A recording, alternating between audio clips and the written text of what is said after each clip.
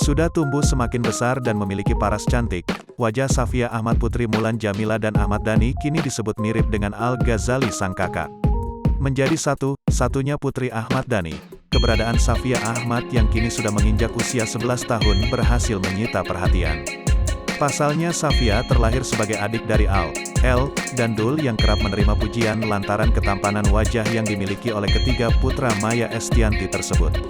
Tak jarang Safia bahkan harus bandingkan dengan ketiga saudara lakinya yang kini sudah menjelma sebagai sosok idola.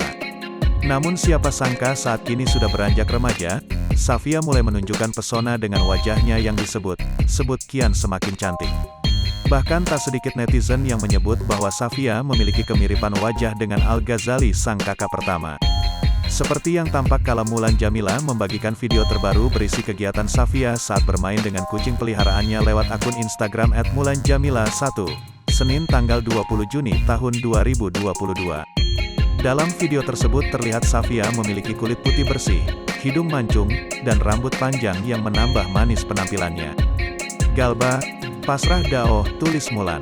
Tampil alami tanpa menggunakan riasan dan hanya mengenakan pakaian rumah, pesona Safia tak melunturkan pujian dari para warganet.